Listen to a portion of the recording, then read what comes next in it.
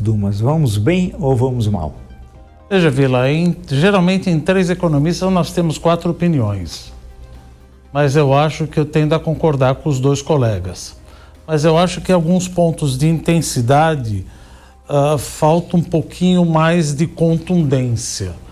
Por exemplo, se nós falarmos em relação à economia, um crescimento de 0,1%, meu Deus do céu, é um crescimento medíocre. É um crescimento que no ano passado foi de 3,4%, esse ano vai ser de 2%, mais ou menos, ano que vem a projeção é de 1,6%, e a inflação, em que pese que a taxa de juros está em 15%, está elevadíssima, mas nos últimos 12 meses, de outubro de 2024 a outubro de 2025, todos os meses nós ficamos com a meta, com a inflação acima do teto da meta. Então é importante mostrar que a taxa de juros está alta porque a política fiscal não está em harmonia com a política monetária. Esse é um ponto. Enquanto a política fiscal quer ir, porque gasto é vida, a política monetária tem de botar cada vez mais pano para enxugar a liquidez do sistema. E o outro ponto que merece mais atenção ainda é a dívida pública. Veja, a dívida pública nós fazemos o seguinte, é o custo de carregamento da dívida menos o crescimento econômico. Nosso custo de carregamento da dívida mais ou menos está entre 8%, 7,8%, 8%. Meu crescimento econômico não vai passar de 2%. Então veja, quando eu falo dívida PIB, o numerador sobe 8 e o denominador sobe 2. Então a relação dívida PIB sobe. Mas fala, não, mas vai ter o superávit primário. Não, como o colega que está online falou, nós vamos ter déficit primário. Então não vai ser um déficit primário de 0,25%, vai ser um déficit primário pelo menos de 0,9,9%. Porque ele falou dos 10 bilhões ainda das estatais, mas tem o dos precatórios que estão fora, tem os da ajuda do Rio Grande do Sul que está fora, tem a parte da ajuda dos exportadores para os Estados Unidos que estão fora, então você tem muita coisa que está fora.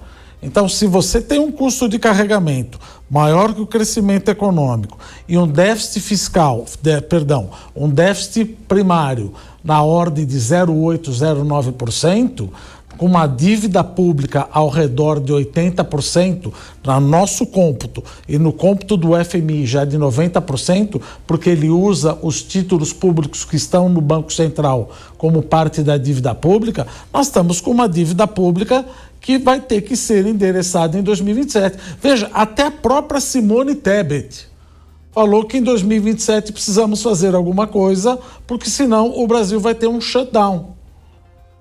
Porque você tem muito número carimbado. E as estimativas mostram que em 2027 eu vou ter, aliás, em 2027 não, já em 2026, eu vou ter despesas discricionárias de 1,8% do PIB. Eu já estou praticamente em shutdown. Então o próximo governo tem que fazer alguma coisa em 2027, senão o Brasil ou vai entrar num processo de recessão ou num processo de inflação. E isso quem quer que ganhe a próxima eleição, Vila. Eduardo Velho, é uma pergunta provocativa, tá? É o seguinte, quando se fala, eu estava lendo todos esses dias, antes de eu fazer a história, eu fiz economia, mas no último ano eu fui fazer a história. Mas trabalhei na área de economia, até esse setor de custo orçamento, e fui do SEBRAP em 76, 77, faz muito tempo. Então eu sempre leio. Agora eu acho estranho quando alguns estavam falando, precisa desvincular o salário mínimo da Previdência. E eu falo, por que não discutir a renúncia fiscal antes? De 800 bilhões que a União dá, o governo de São Paulo 90 bi, né? Não é um problema político e ideológico aí? Quer dizer, O seu José, a dona Maria, é fácil não resolver o problema, não ter, continuar recebendo o mínimo da Previdência, né? Agora, mexer com o que o Hélio Gaspari chama de andar de cima não é mais complicado? Não existe uma questão, é uma ciência humana a economia, não é uma ciência exata, não existe uma questão política ideológica nessa discussão, sem panfletarismo à direita, ao centro, à esquerda, para cima ou para o alto, como falava Adhemar de Barros, né? Mas como é que fica essa questão na sua leitura? Bem, são duas questões, né? Tem uma questão que eu chamaria daquela matemática, né? Quando eu trabalhei no governo federal, na equipe econômica no final da década de 90, e eu trabalhava exatamente na parte também de orçamento, né? E ali eu vi o crescimento das despesas obrigatórias do governo, né? Uma grande parte delas é a despesa da Previdência com benefícios, né? Por isso que muita gente fala que tem que desvincular o salário mínimo para atenuar um pouco a despesa, ou aumentar a idade mínima, aumentar a contribuição previdenciária para reduzir o déficit previdenciário, que cresce a cada ano muito mais, geralmente nos últimos anos tem crescido muito mais que as próprias premissas do orçamento de cada ano, né? Então isso é verdade que você falou, por que não escolher uma outra conta? Na verdade, o orçamento é um jogo de interesses, né? É a partilha dos recursos. Então, tem várias questões que são é difícil tocar, né? Envolve lobbies, envolve conflitos de interesses. Uma delas, como você mesmo falou, é o tamanho dos incentivos fiscais. Na minha época, nós fizemos vários trabalhos envolvendo o tamanho dos incentivos fiscais no Brasil, que só foram crescendo. A despesa primária, por exemplo, obrigatória do governo, antes de eu ir para o governo, estava na faixa de 65% da despesa primária total. Ou seja, o governo tem que gastar despesa que já está vinculada, não tem jeito. Hoje essa despesa primária obrigatória está praticamente 94%, 93% do orçamento. Então, é uma conta matemática. Se não houver realmente uma discussão dessa partilha do orçamento, o que é prioridade, nos próximos anos, o que pode ser cortado, ou então pode ser feito de forma administrativa, a gente tem que lembrar uma crise que eu também vivi quando eu estava no mercado, na gestão de carteiras de investimentos, foi a crise da dívida soberana europeia. A dívida da Grécia, por exemplo, no ápice da crise, foi 2012, né?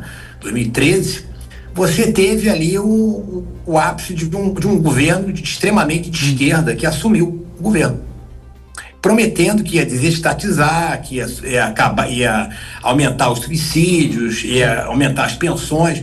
Só que o ministro das Finanças chegou no primeiro-ministro, olha, o ministro, não tem dinheiro, nem para a semana que vem. A despesa obrigatória chegou a 100% do orçamento. Então não tinha nem despesa, não tinha nem dinheiro para pagar a gasolina do carro do presidente. Então, ou seja, quando chega nesse nível, esse realmente é o corner, nós chamamos de corner no mercado.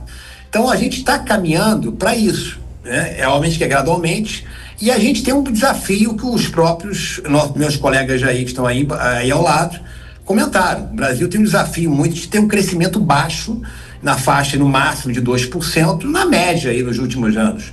Então, se a dívida cresce numa proporção maior e a despesa primária obrigatória cresce acima disso, realmente é um problema. Então, eu acho que realmente eu concordo. Tem algumas despesas que devem ser cortadas. O governo está tentando cortar. Não sei se vai ser aprovado agora esse projeto agora no final do ano, antes do recesso, de corte linear das despesas dos incentivos fiscais, que daria uma folga aí em torno de 20 bilhões para o ano que vem. Mas esse é um ponto importante.